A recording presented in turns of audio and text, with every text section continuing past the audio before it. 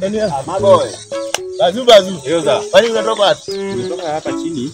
Nilikuwa na matanga mengine pale chini. Kio unatoka hapa kwa nani? Kwa marehemu?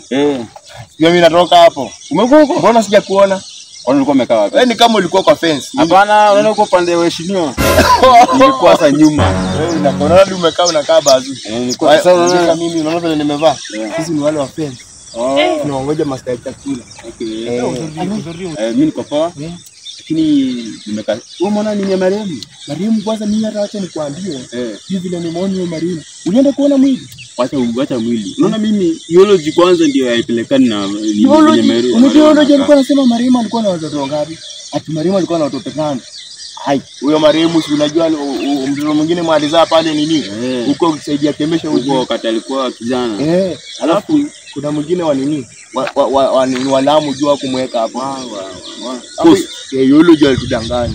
Hapo nani? Lakini unaona hapo kwa marehemu alikuwa amekasirika. Si kwanza vile nilienda nikaona marehemu, nilipata kwanza alikuwa analia.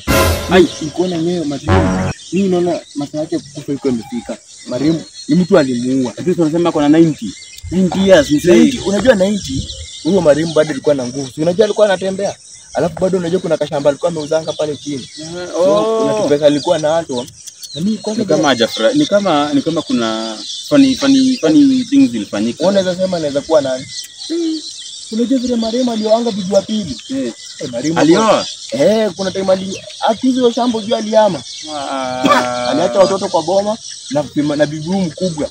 Akaenda akashikia marehemu rentals. Sasa unaona inaweza kuwa interesting. Hii twist inaweza kuwa haiwezi eleweka sababu unaweza sema ni bibi mkubwa ama mdogo. Alikuwa anafanya nini? Anapiga revenge. Ama ni mdogo alikuwa anataka pesa. Unaona? Lakini unasema watu ukikufa tunakupeleka kwa bibi gani? Bibi mkubwa ndio bibi. Ndio hata Biblia inatambua. The first wife. Ni kitabu gani? Bibi number 1. The first wife. Sisi hapo ndo kaburi yako tuteka.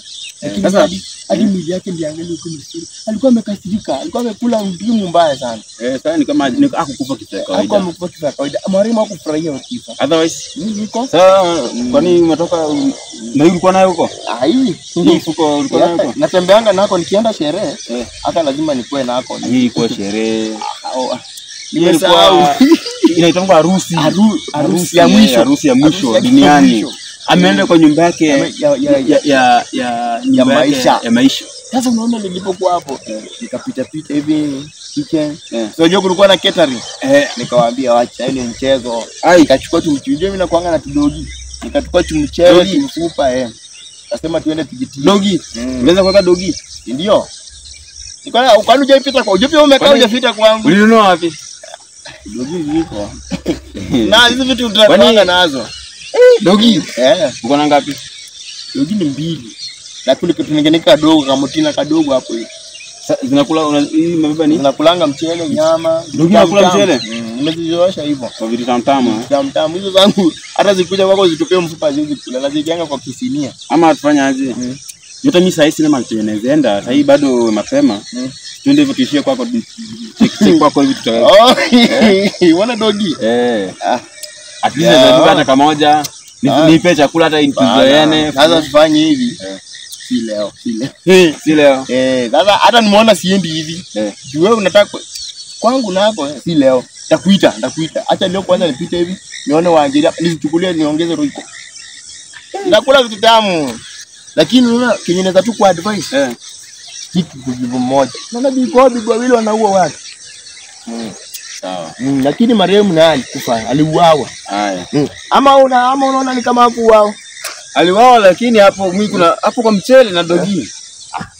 Hapo, hiyo ni vitu ya dunia.